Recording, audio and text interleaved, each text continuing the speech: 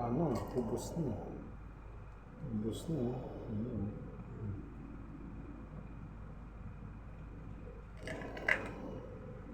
Oh.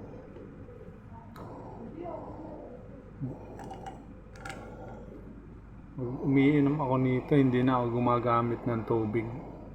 Kasi ang bilis naman matunaw sa dila eh.